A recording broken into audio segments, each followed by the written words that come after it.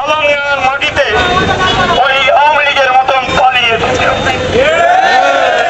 এখানে ব্যবসাদার ব্যবসা করবে, এখানে যারা অফিস আছে অফিস করবে, কোন রকম আওয়ামী লীগের মতো অন্যায় এখানে হতে দেব না আলমডাঙ্গার মাটিতে। এই জন্য আপনারা সাবধান, যারা এখনো চাঁদাবাজ বা কারোর ঘরে কারোর কাছে গোপনে গোপনে হুমকি দিয়া এইসব থেকে বিরত থাকে। যদি ধরতে পারি প্রমাণ সহ আপনাদের বিচার আওয়ামী লীগের চেয়েও খারাপ হবে, চেয়েও খারাপ হবে। এই জন্যই বলছি এখনো সাবধান হয়ে যান। যদি কোন লোক কোন ব্যবসাদারের কাছে কোন রকম চাঁদাবাজ বা কোন ছিলাম, পুলিশ, ছাত্রলীগ, যুবলীগ, আওয়ামী লীগ আমাদের নামে কেস দিতে জেলখানায় দেখেছি। সমস্ত থাকার পরও আমার নেত্রী বেগম খালেদা জিয়া অসুস্থ, অত্যাধিক অসুস্থ, তাকে জেলে রেখেছে। আর তারেক রহমানকে এদেশে আসতে দিচ্ছে না।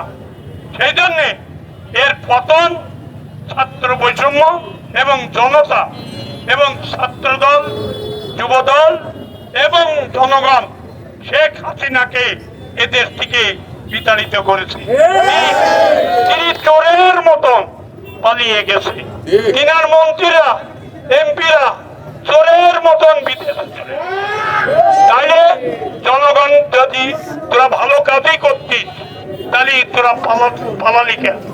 তোরা পালালি কেন? আমরা বিএনপি কেউ তো পালাইনি, আমরা খাস আমার নেতৃত্ব পালাইনি, আমাদের কোন নেতা পালাইনি, ফখরুল ইসলাম তো পালাইনি, শামসুজ্জামান তো পালাইনি। এই জন্য এখানে বড় বড় নেতারা তারা জেলে গেছে, কিন্তু কেউ পালায়নি। আমার কথা হলো আলমডাঙ্গা একটা গ্রুপ বিএনপির নামধারী, তারা চাঁদাবাজ করছে।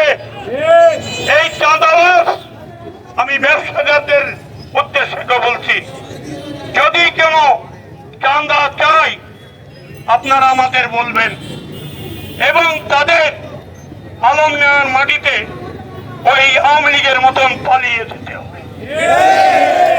এখানে ব্যবসাদার ব্যবসা করবে, এখানে যারা অফিস আছে অফিস করবে, কোন রকম আওয়ামী লীগের মতন অন্যায় এখানে হতে দেব না আলমডাঙ্গার মাটিতে। সেই জন্যে আপনারা সাবধান, যারা এখনো চাঁদাবাজ বা কারোর ঘরে কারোর কাছে গোপনে গোপনে হুমকি দিয়া এইসব থেকে বিরত থাকে। যদি ধরতে পারি প্রমাণ সহ আপনাদের বিচার আওয়ামী লীগের চেয়েও খারাপ হবে, আওয়ামী লীগ চেয়েও খারাপ হবে। সেই জন্য বলছি এখনো সাবধান হয়ে যান। যদি কোন লোক কোন ব্যবসাদারের কাছে কোন রকম চাঁদাবাজি করে বা কোন অন্যায় করে, কোন রকম লুট করে, তার ব্যবস্থা আপনারা আমাদেরকে জানাবেন। আমরা প্রত্যক্ষভাবে থেকে তার আইনগত ব্যবস্থা নেব ইনশাল্লাহ। আজকে আমি আর বাড়াবো না কথা। সবাই ভালো থাকেন, সবাই বিএনপির পতাকা তলে আসে, বিএনপি করেন। বেগম খালেদা জিয়া, তারেক রহমান ইনশাল্লাহ এই দেশে আবার রাষ্ট্র চালাবে। এখন বর্তমান তত্ত্বাবধায়ক চালাচ্ছে, এরা ভোট দেবে। এই ভোটে আমাদের বিএনপি আবার রাষ্ট্র ক্ষমতায় আসবে। আমরা এই দেশের মানুষের সুখ শান্তি দেওয়ার প্রতিশ্রুতি দিয়ে আজকের এই বক্তব্য শেষ করছি। খোদা হাফেজ। বাংলাদেশ জিন্দাবাদ। বেগম খালেদা জিয়া জিন্দাবাদ। শহীদ তারেক রহমান জিন্দাবাদ।